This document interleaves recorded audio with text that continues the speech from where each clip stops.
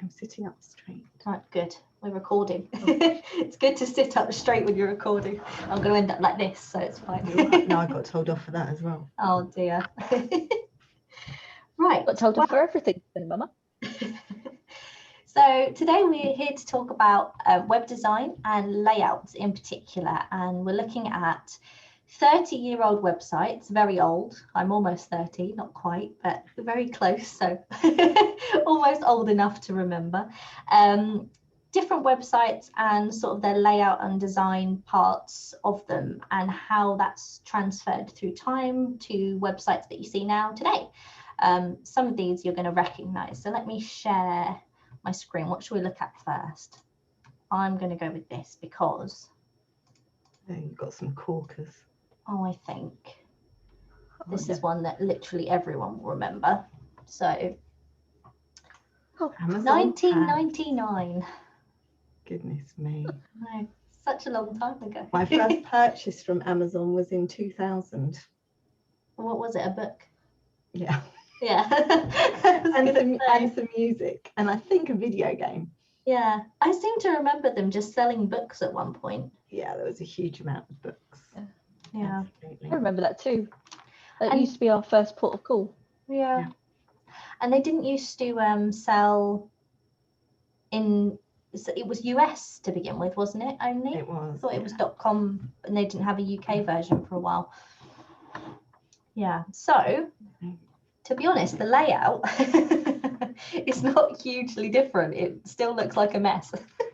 It does, but I think, there's a trust factor in that. I mean, we always say to clients when they come through the door that your audience might be used to a very specific type of layout, and it might seem really ugly to you. Yeah. And you want a pretty, beautiful, shiny, unicorn-looking, sparkly website. But actually, that may not give the right trust signals to your prospective visitors.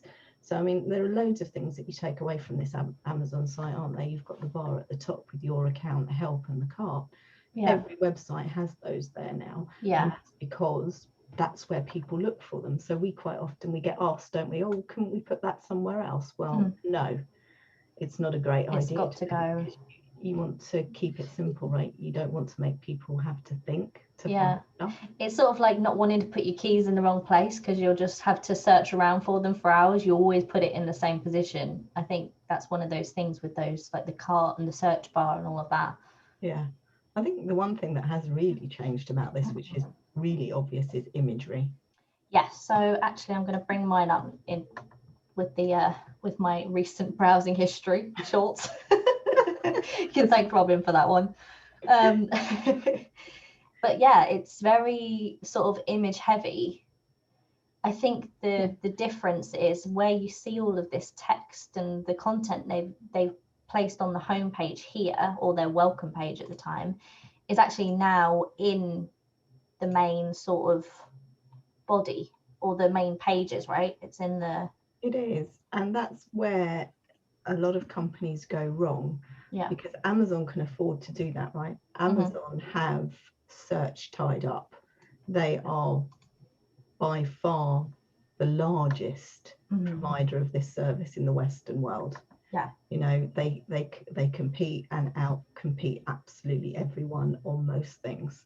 And so they don't have to write the content because their brand is so strong and their website is so old. But if you're new, then you need this content. Yeah. This content is needed, so you have to weave it in somewhere. So I don't think you can go as minimal as Amazon are. You need to find a happy medium. I think one of the things that is really interesting about Amazon is how similar the branding has stayed throughout, because for how long it's been around, sure, there's been things like the smile that they've had with the arrow underneath has changed and flexed a little bit. Yeah. But now, like, it's still the same, and you can still, basically say, even if you saw the old one, you'd be like, oh yeah, no, I know what that is.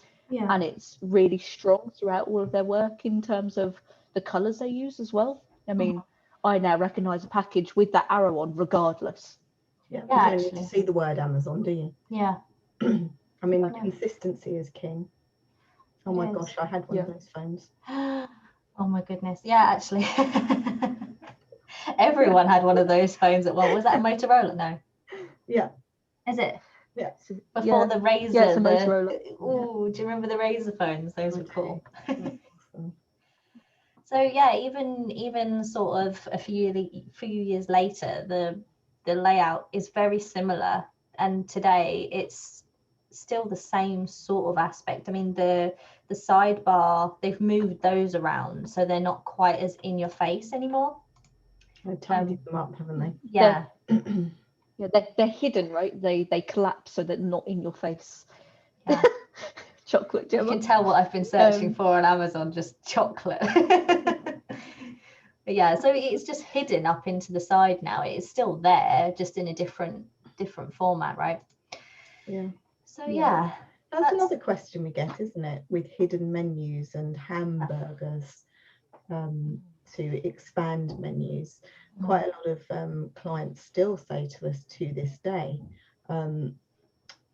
nobody's going to recognize that. They're not going to know that there's something there. We need to tell them further. We still need to give them more clues than that. Well, no, absolutely not. You don't. You know, it becomes part of your daily life. Everybody knows that a hamburger opens something. Yeah. It's one of those things. It's like a as well. As you sort of grow, as you get older, you realise that actually that's what that icon means. The same way that you know a smiley face is a smiley face, the hamburger's a hamburger, right? Yeah. Yeah. Well, I was thinking traffic signs, right? You know that a big cross in the centre of a red sign generally means no. It means either you can't go there or stop or any of those signals, but it's generally the same rule. Like it's recognisably, and it's just signposting.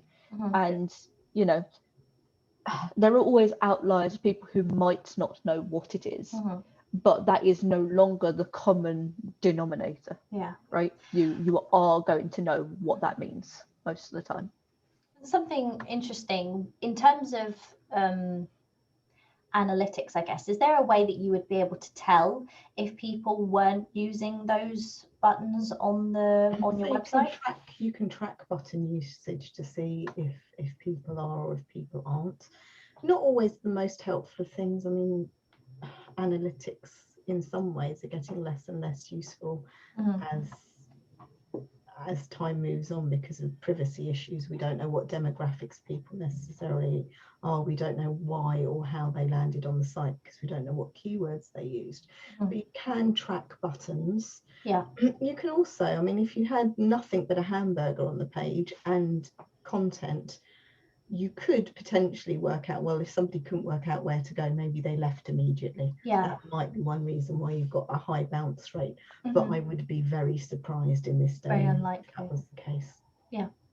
Okay, that's interesting. I think one thing to really note that's important is location as well, because if you put that hamburger, that symbol, dead center of your page, in the middle, not on the navigation, obviously that means nothing, but because of where it's placed in the top navigation, it then means something.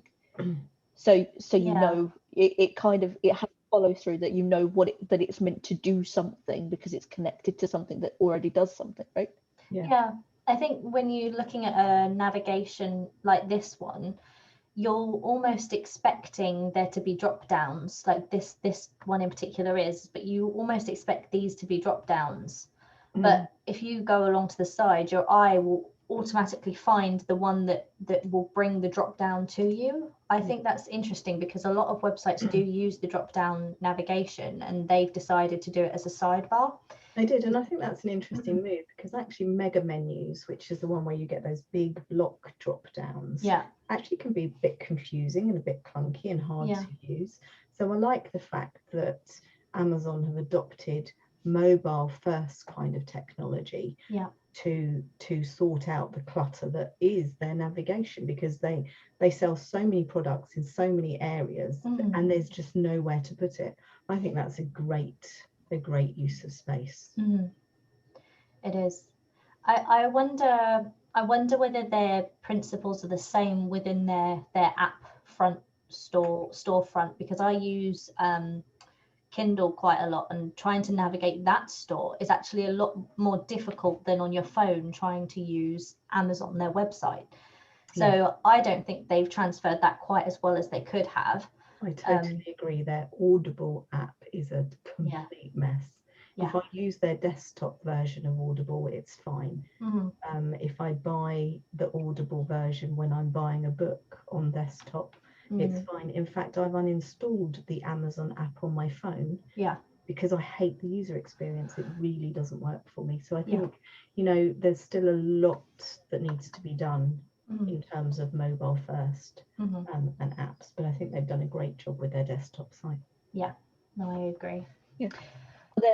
Well, their desktop to mobile, that is where it's key. It's where the app the apps breaks, as the app has a very different style to the mobile version.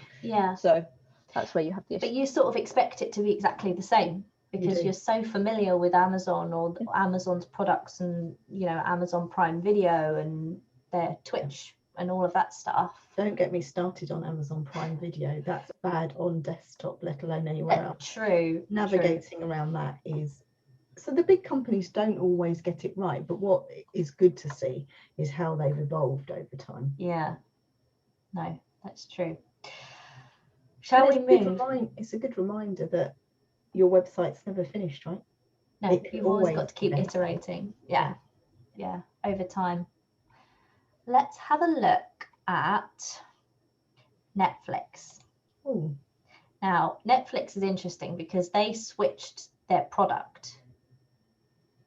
Because they did used to be. Do you remember when they used to be a delivery service for? No. You don't remember? No. When you used to order we did it before. No, we didn't. It was different brand. Was it different company? Yeah, it wasn't Netflix. I had no idea they did that. So they used to do the same thing as that company did. The box, what was it? Red I can't remember what they were called. Something. I read their founding story as well. I will dig that out and we can caption it later. But in the UK it wasn't Netflix. No, so Netflix used to do delivery services for CDs, movies. I think eventually they ended up doing it for TV shows as well before everything was online. But this was originally what their website looked like. Obviously now it looks completely different. But I think this is something we've dealt with quite a lot this year, with people pivoting their business from one format to another. And how does that does that impact the website in quite a lot of ways? I totally agree.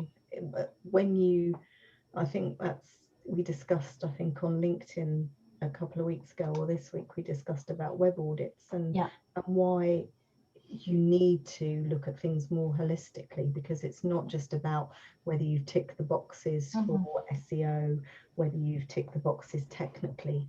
It's looking at, actually, does my website reflect what my business does today? Is it still helping me to achieve the goals that my business has got set? And I think you're absolutely right. That shows it beautifully, right? They changed their method of distribution, and they've evolved beautifully with it.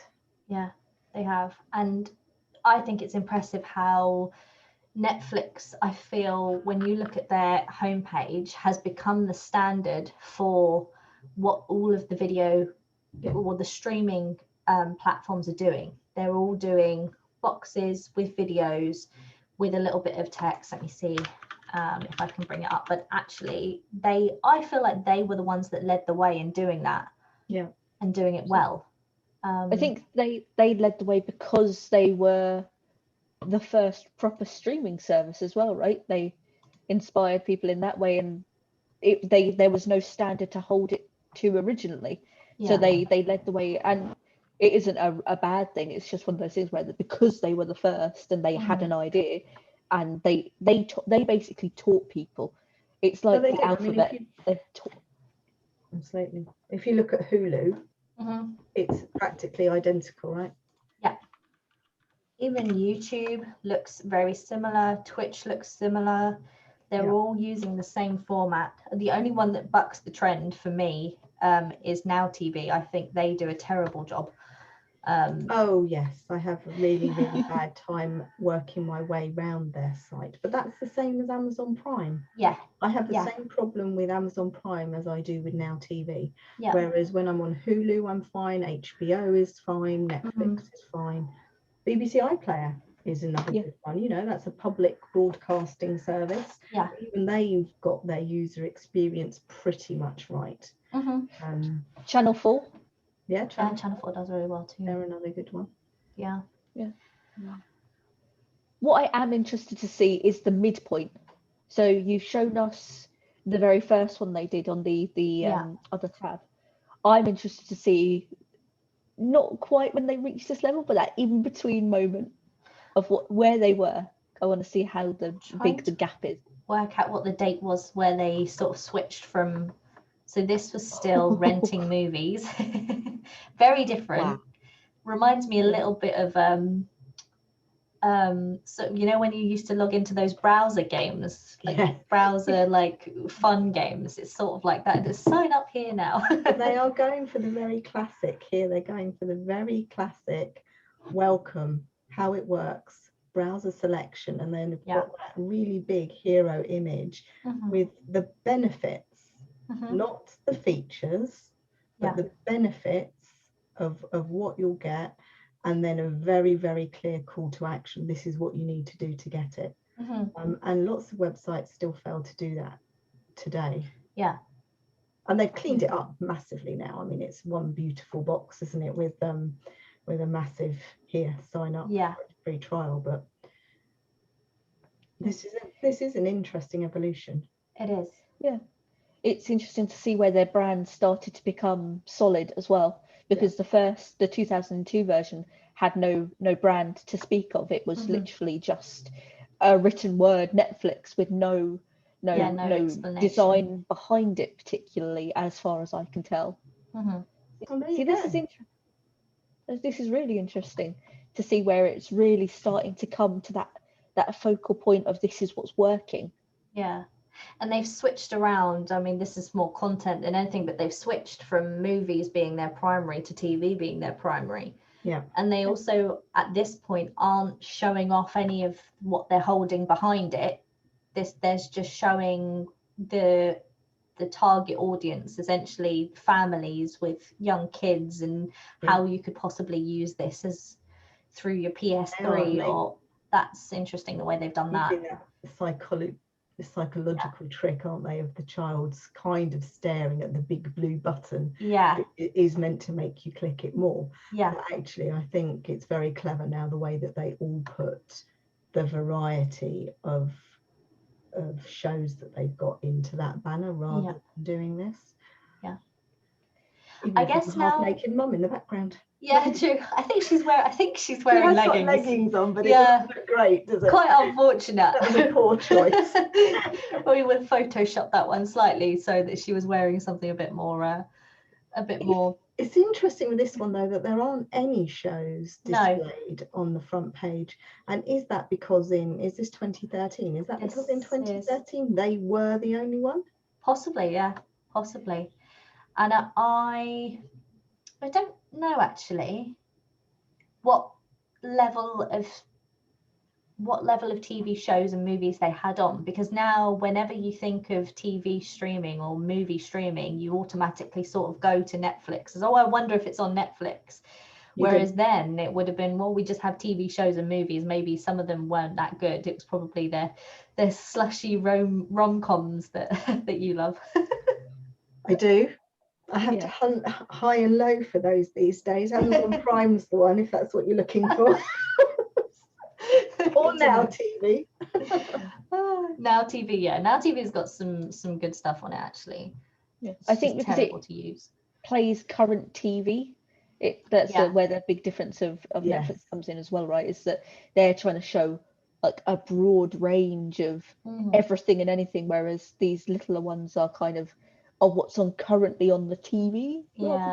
They're a replica of television, aren't they? They're the traditional guide that you flick down to find, or you watch something on catch up, but you've still got all of those very distinct channels. Yeah. And I think Prime have tried to do that. They brought in like the Sundance channel and all of those things, didn't they? Yeah. Which I subscribed to briefly and then thought, no, because I don't want to just subscribe to one channel. Yeah. The whole point to me of this is variety. Yeah. Because you're not always in the mood for that one channel, are you? Right. That's where it goes wrong for me, because I go, oh, okay, well, I could get Disney, but I'm not just in the mood for Disney products particularly. I know they do some nature stuff and they do the Star Wars, which I still haven't watched, but I feel like Now TV offers more, and like Channel 4, Netflix, they all offer slightly broader product, which is... And these are all the things that you need to be thinking about, right? Mm-hmm. When you're constructing the wireframes for your website, when you're deciding what the layouts are going to be, what that customer journey is, what is that end person trying to do? Yeah. Am I selling them a very niche, one-layered product, or am I trying to serve a massive market and trying to sell them everything that I can? Mm-hmm. And you know, it's one of the goals that you need to reflect on when you're looking at your website. Yeah. And I think one of the really important things that I've kind of noticed and realized is that so for instance, Now TV, you were talking about TV guides, right? Mm-hmm. They've replicated what we used to have in print. Yeah. And the problem is that doesn't work digitally as well as it should do, because we don't treat the internet the same way we treat a book. We don't read it the same way, we don't feel it the same way. So it gets so confusing. I don't know about you guys, but when I'm reading a TV guide on a screen, I'm like, I don't know where to look. I can't like see it all. What do I do? Do you know what? I think that is a good point, because for you and I, although we had TV guides at one point, we sort of left that behind and moved into the streaming world, the YouTube world, where they didn't really have, it's not really a done thing. But I know for a lot of people, having that connection from print, having that, you buy it every week, it comes in the Sunday paper and you look through it and flick through and see what's happening, that probably connects two things together for some people that for you and I it doesn't. So that's also some ways that you need to think about it, is who am I trying to target, who am I trying to reach with my content or with my products or my services, and what will they need and what will they be used to, and how can I make that jump easier for them. And I think Channel 4 does it, for example. They do the TV guide and they have that locked in, but I never use it. But I'm sure, having seen it there for years and years and years, there's probably plenty of people that do use it. I'm just not that target audience. You know what I do use it for? I was on Now TV the other night and I went into their guide, and I think it's probably only the second or third time I've ever used it. And I wanted to watch a blockbuster movie and I wanted to watch it live, so I went and looked at the movie channels to see what was airing. And the trouble with that for me now is that the issue, everything was halfway through. Oh yeah, so it was no use to me at all. Yeah. So in some ways I think it's great, because we've still got something, and those people who do live their lives by, I know I'm going to sit down at that time and watch something, that guide is really useful to them. Right? It's a really, really useful piece of information. For somebody who's doing something spur of the moment, it doesn't work, so you have to cater to both. No, that's true. And we live our lives on streaming platforms where you sort of expect it to just start when you press the start button, rather than when it's already started.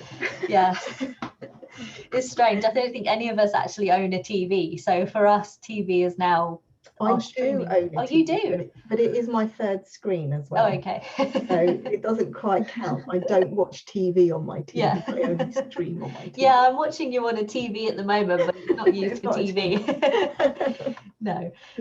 Oh, right, let's have a look at one more. See what we can find. What are we thinking? Social media? Are we thinking... Well, did you used to use Napster? I don't think you did you? Napster, no. I was slightly too young for Napster, I want to say. We could do Google. We've done 2 big ones already. We could go for a third one. We could go for a third one. I don't want to look at Steam. No, let's not. So 1998 Google. Now, I thought actually this was fascinating because Google at this time didn't have all the products that we consider Google for now. So working with design, we do a lot of, or content writing or whatever it is we're doing. We've got Drive open, we've got the email open, we've got, what else have we got open? Running ads for clients. Ads. We've got analytics open, we've got Google My Business open, everything that under the sun is open and it's Google. Yeah. But at this point, they were just Google. They were. And really I love the fact that they still use that beta thing. There's nothing like Google for testing and telling you that they're testing and the product that you're using is in beta. And, you know, it might change, and don't panic if it does, because that's where we are. I think most companies are not clear about that at all. No. They're really scared of telling you that actually this product might evolve and it might not end up here. But still come and try us. I love that. I love the transparency. There's lots of things that obviously we don't love about Google, although I am a bit of a Google fangirl. But that's one thing that I think they do very well. Yeah. And I think one thing that I really love about Google is they've stayed so solid in that search function. Yeah. It has not changed. If you look at 1998, so ignoring this part of the bottom, which still exists, it just isn't in colored version anymore. The current version is just exactly the same. Yeah. They've just modernized it, which sometimes is what you need, right? If you've gone from 1998 to 2021, you'd expect to see some modernization, but the function is the same. Yeah, and the evolution of their brand is beautiful, right? It's just got cleaner and cleaner and cleaner, and it's moved with the times. Yeah. There is nothing on this page that is surplus to requirements. No. And what's that? Who is it? The guy from Smart Insights, I think. No, actually, no, it's not. It's Paul from Boag World. He always talks about when he's with clients and they're building a page, he gives them a budget of 100 pence. Okay. And they can use a certain amount of that to put things on the page. Yeah. And once that's run out, they have no budget left, because you have to think, what do I want to attract the person to do? Yeah. What are the most important things? Everything else is nonsense. You don't need it. It's vanity. It's fluff. And if you can, it's just distraction. It is total distraction. So I really like that analogy that you've got a budget to start with and you get points for putting on each section. We've run that with a couple of clients in the past where they've had real trouble. Lots of different departments want different things on the homepage, and then it ends up that you've got this homepage or you've got a service page which has got so much information on it that it's totally overwhelming, and there's no strategy in terms of where the visitors are going to go. And that helps you to get to the point that we've got with Google here, where it's kept simple. You're not making me think, I know what I'm going to do. I'm going to type in that search bar. Type in the search bar. Or I'm going into one of my Google products, which again is up in that top corner, exactly as we saw on Amazon. Yeah, and you automatically know that that's you there. Know that's what it is. Yeah. And the about information that, you know, most people like to shout about because it's your company, you're really proud of it, is hidden off on the left-hand side where your eye isn't drawn to. But if you want to look at about, you can. Yeah, and you'd search the page to find it if you really wanted to see it. Absolutely. Yeah. I agree. So I think it's only a beautiful thing. piece of design. Go on.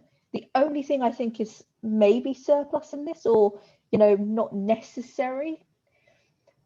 I don't know what the I'm feeling lucky does. I'm going to be honest. I don't touch that one, but the Google lucky. search next to it, like the Google search one. If you're already on Google search in this page, I don't know what the Google search button there specifically does, so I can't say, but it kind of feels like that one's a little bit of surplus to requirement, especially if you've got the search bar above it.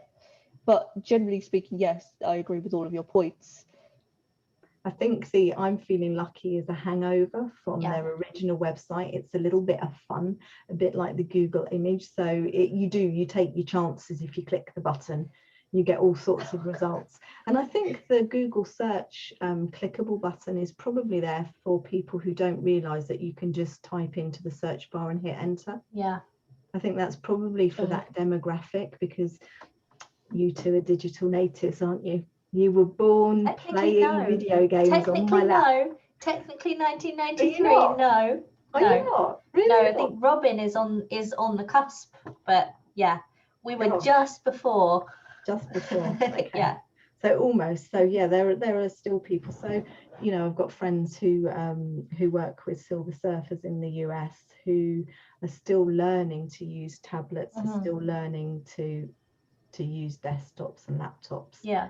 And those buttons do help. And I think with something as large as Google search homepage, it makes sense that they put that button on there. Yeah. But yeah, I agree, Robin. At some point, that may well vanish. Be gone. Yeah. At the moment, it's sort of like a button on a remote, right? When you're just like go do the thing, which some people think you would need, but yeah, the enter button does the same thing. Lovely little enter button. Then you can speak to it and ask it to play. I don't do that. Just Wonderwall. I do that. I do that. Yeah, but that was a lie. No, I don't do it when I'm like searching. No, I did try the other day, and it was not understanding what I was saying, so I just gave up and ended up typing it in the end. But and that's another point of conversation, right? In terms of layouts and stuff. Are you adding a piece of functionality that actually doesn't work properly? It's getting better and better, and obviously they need it on there to make it better and better, because it's learning all the time. But if you're not Google, you probably don't need it. No, we're not there yet. No, definitely. Let them do the testing. Let them.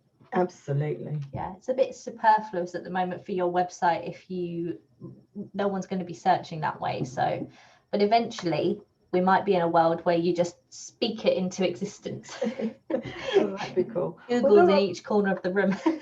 I did think that piece of functionality on the LinkedIn profiles now, where you can add the how to say your name. Yeah. That was pointed out to me by a guy from Treacle in North London the other day. I was on a call with him, and we were talking about this guy who had a completely unpronounceable name.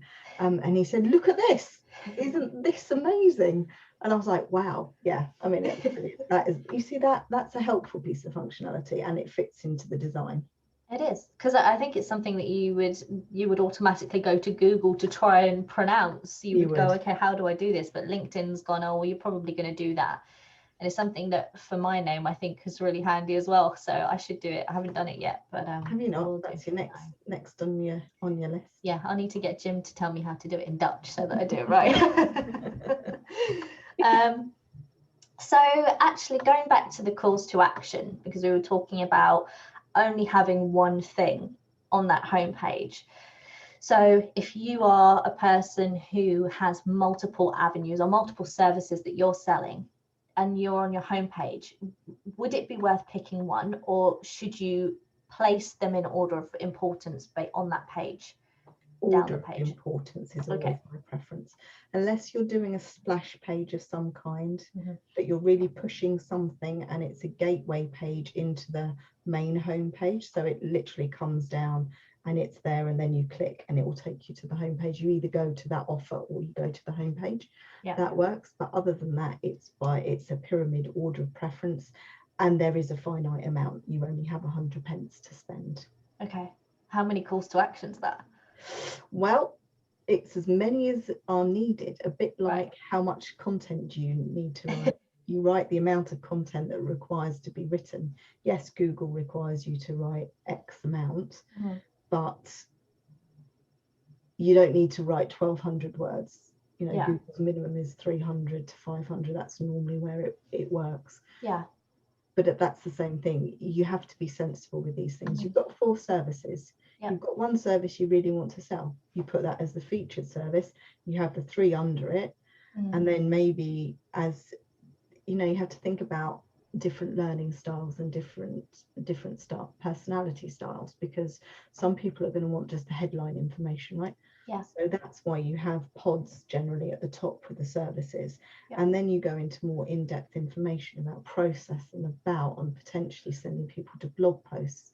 And still, if they're not interested in going through to a service, maybe they'll come back to you later, so you capture their email address and keep speaking to them that way. It's just a hierarchy of things that you're going to do, but always the most important thing at the top. But remember, some people don't just like pretty images. They are going to need writing, and that should just go further down the page. Yeah, because they'll scroll to it. They will. They'll scroll down. Yes. I was having a conversation again the other day about somebody saying to me, there's not enough information above the fold. And I think that's a very interesting conversation to have, because I think you can have, like the Netflix of this world, you can have the whole of the screen covered by an image with a call to action, a very clear, your prominent call to action, what you want that visitor to do. And then they'll scroll. Yeah, they'll just keep going. Automatically scroll now. So many of us use mobile devices, tablets, that it's an automatic reaction. There is no such thing as below the fold. Yeah, fold, Yeah. No. Yeah. Sometimes you do need to indicate, because you do get beautiful one-page picture websites that look like it stops. Yeah, it looks like it's. So by all means, indicate that there's a further space to scroll down if you need to, if it's not obvious. But no, that's with just layouts. Overall. That's something that really does. It harks back to newspapers again, which is unfortunate, because this isn't print, right? Yeah. This is a screen. We behave very differently with screens. And with the newspaper, you've got the front part of the page, which is above the fold, and then you flip it over. Yeah. No, it's true. And then it's the same with books. You just read forward into the book, because there's more. Yeah. So make sure you read to the next page, because there's more. I think the scroll bar gives you a bit of an indication as well. Yeah, usually it does. Yeah. And I think I think that. Go on. No, you go ahead. No, if you're on a website that you expect to have more information, because there'll be websites where you just go on and you go, okay, well, this is just pretty pictures. It's just, trying to sell me beautiful artwork, or trying to sell me chocolate, and it's just this amount of on the page. But if it's something text or something that is going to have more information, you will automatically scroll down to find it, because your brain's going, I need to find this little nugget of information and connect to it, because it's what we do. We connect to things like that. Yeah. I think you've hit upon the point there, is that we are past the point of designing the same way for print as we are for digital. Yeah. It is the ways that we work psychologically with print do not function the same way with digital. They're never going to function the same way. And we originally designed, so going back to what we previously looked at with Netflix, it was designed like an advert in a leaflet that you would see in the newspaper. That's what that original, and that worked at the time when people were still using newspapers, and it would look, because I imagine that looked very similar as it would have done in a or in a yellow so pages. So that's what resonated with them, right? There was that connection, that leap to say it's trustworthy, it's something you recognize, it's just on a screen. Whereas now that is no longer the case, and we have to remember that when we're designing, that while there's got to be key features that are shared if you're making print products and digital products to share the same style, the fact of the matter is that digital is a very different beast than it used to be, and it cannot be with a shared sphere. I feel. Yeah, no, I agree. No, it's very true, and it's strange to think that those 30 years have made such a difference. Over that period of time, we have gone from replicating what we see and feel with traditional media, traditional print media, into what is now its own beast. It's literally its own form of art, design, of marketing. It's its own thing entirely, because it works on a psychological level the same way, but the way it's laid out is new. And having had that happen over that really short period of time, it's quite crazy to think about because it's not that long. It's not that long at all. I think the key point for me is, what the takeaway for me is, that there are patterns. And there are patterns that we all recognise and resonate with, and don't try and reinvent the wheel unless you're Amazon, because Amazon can afford to do it. Don't chase Amazon. Just follow the patterns. Build the site that you need to for your audience. Innovate, yes, absolutely. I mean, where would we be without the Apples of this world who do that fantastic innovation? But if you're a small business and you're not looking to massive scale and to take over the world, you want to follow the patterns that everyone recognizes, that your audience will recognize. Well, you're basically just trying to be better than your closest competition, right?